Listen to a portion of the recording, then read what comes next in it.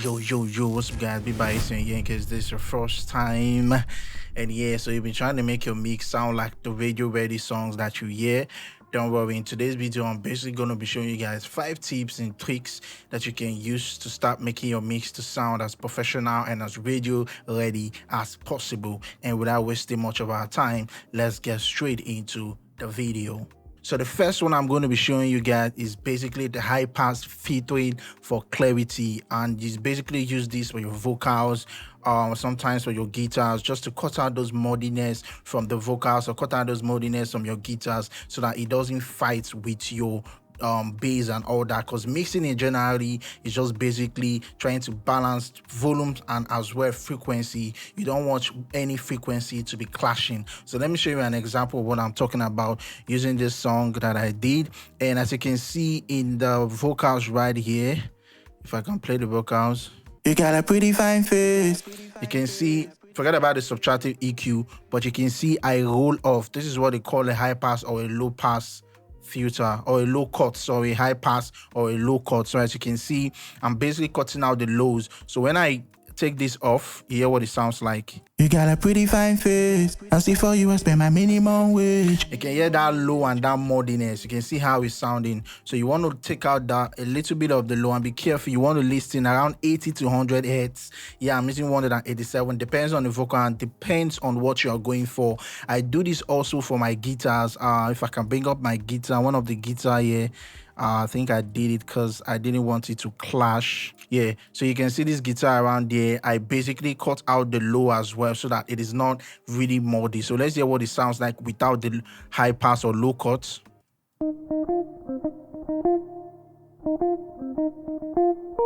You can hear that little bit of depth in it, because I was trying to make sure it's not conflicting with the other guitars that are there and also not conflicting with the frequency of the bass. So I took out some lows.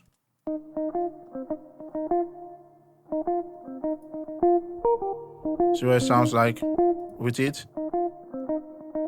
So it helps to create space for the guitars.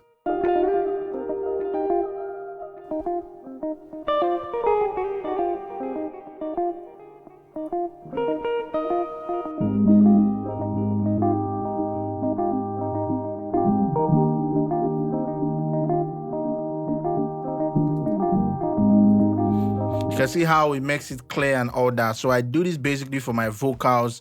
Sometimes I also do it for some percussion instruments when I feel like, okay, I think you can do this for your hi-hats, you know, for your snares. When you notice that when you use, let's bring in an EQ for example with this snare. So let's bring in an EQ real quick just to show you guys. So like now I can see my frequency spectrum is fighting maybe a little but not much, but in a situation whereby you can see your frequency for like your snare, your those high frequency sounds are normal, you see that they are bringing out some kind of low ends. You want to make sure you go in and give it a high pass or a low cut just to make sure that you clean the mix. It's just basically cleaning the drums, cleaning the vocals, cleaning the guitars. You know, you want to make sure everything is not fighting for space. Everything, they are shining in their own frequency. Like I said, mixing is basically mixing volume and mixing frequency. So let's head on to the second tip. So yeah, the second tip I'm going to be showing you guys is parallel compression for some punch. For this particular one, I basically use it mostly for my vocals. You know, parallel compression is just basically when you create maybe a return track or a send or an aux, I don't know, depending on the software that the DAW you are using, and you over compress the vocals. Do you get? So when you over compress the vocals, you start blending it with the main vocals using the mix knob. You start blending it with the main vocal. This helps to give the vocal punch and make it heavy. You can also use it for the drums as well, but like I said, I use this mostly for my vocals. And in my own situation, the sound that I use for this is the plugin that I use for this most of the time is CLA vocals, as you can see around there. So without it, you got a pretty fine face. I see for you I spend my minimum. With it, you got a pretty fine face. I see for you I spend my there's this character and this grit, and what I'm just basically using, as you can see, I put off every other thing there and I just blend the compress knob, because this one is like over compressing it, and I'm basically using the spank preset, and I'm just blending it. Do you get? So another VST, another plugin that I also use some of the time is OTT. Let me quickly show you guys OTT. So I can drop OTT right here, for instance, and I can take this off. You got a pretty fine face. You can see we're over compressing, right? So I start blending. You got a pretty fine face. I see for you I spend my minimum wage. This kind of body now in me, I want this to See, it helps to give this crispy feel that you want for your sound. Yeah, so basically let's move on to the next one. Like I explained, this one is just basically parallel compression, and this helps to make the vocals or the drums, you know, punchy and have a little bit of character, and sometimes give it crispiness. And like I said, I use it in my vocals, and I just basically use OTT, you know, blending it, or I use CLA vocals. Those are like the two things that I use to achieve this. So the next one I do is using my mid-side EQ to help, you know, make the mix more clear. Do you get?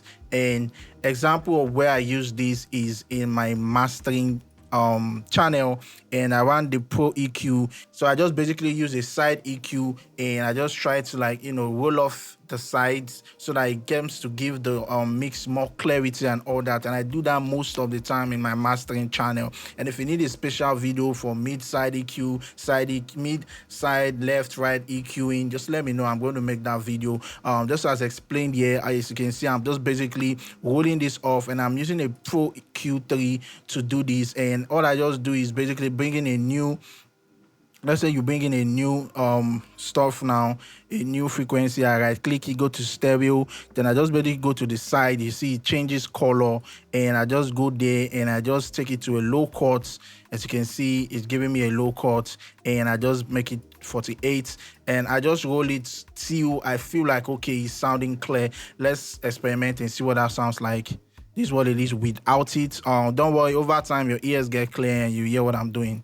You got a pretty fine face. I see for you I spend my minimum wage. With it, you got a pretty fine face. I see for you I spend my minimum. there's this massive little difference. Let me roll it off totally so you get to understand. You got a pretty fine face. I see for you I spend my minimum wage. This kind of body now in me, I want this to So as you can see around there, I'm trying to make the mix more clear and, you know, making sure that it's not moldy and all that. So I use the side EQ most of the time for my mastering bus. You can also use this as creative as you can. That's one thing that I do. So another one I'm going to be showing you guys is one thing people always ask is, what EQ do I do first when I'm EQing my vocals before? So the first thing I always like to do is to do a subtractive EQ. Do you get? Subtractive EQ is just basically when you go into your frequency, your EQ spectrum, and you're taking out frequency that you feel you don't need, that's really making the vocals not sounding nice. So that's the first step I take when I'm trying to EQ. Do you get? As you can see around there, I roll off this one here because I felt like the vocal was a little bit harsh and high, and I did that. Then I'm taking out the low frequency because I don't really need this. You know, it's only going to make the vocals moldy. And all this one you are seeing here is just me basically taking out those frequencies that I feel that I don't really like in the mix.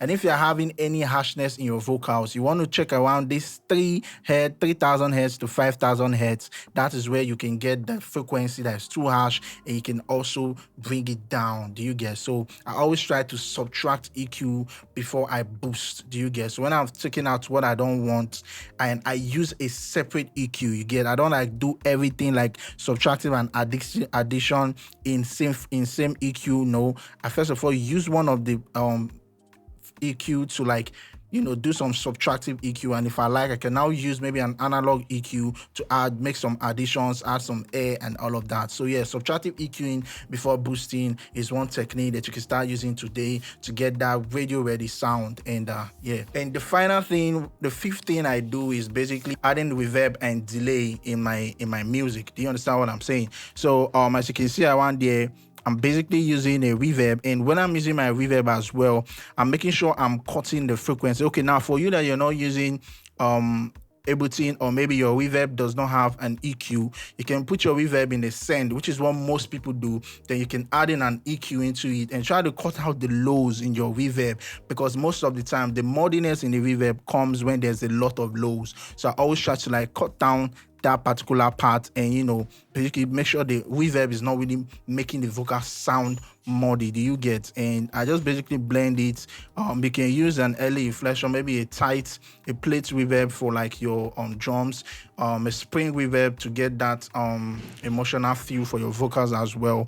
But for this one, I'm using the normal early reflection Ableton Studio backward reverb, just the default one. And for my delays as well, it depends on the feel I'm going for, but I'm mostly using the 4 or the 8 in Ableton and fade, and sometimes I can use the ping pong so that I make it go left and right. And as well, you can tend to be creative by maybe adding the delay also in a send track, and adding a compressor to sidechain the delay from the vocal. So whenever the vocal comes in, the delay ducks, and when the vocal goes out, the delay comes up. That is another way of making sure that your delay is clean.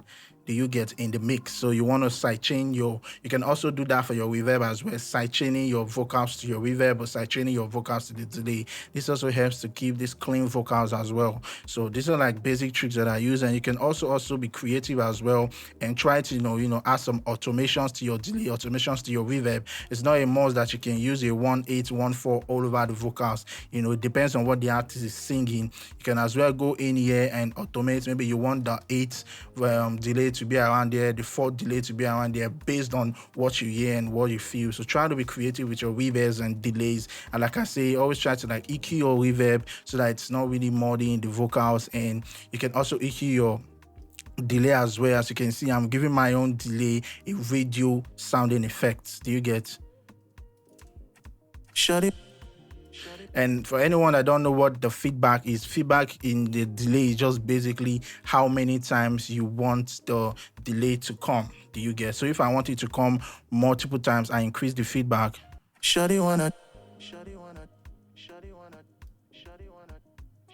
can see it's coming multiple times, but so when it's on 31%, it's less. And the pre-delay is just basically when you want the pre-delay for your reverb is just basically when you want the reverb to come. Do you want it to come immediately, the vocals, or do you want it to delay a bit? So let's start to experiment on that. So we'll take it further. You can see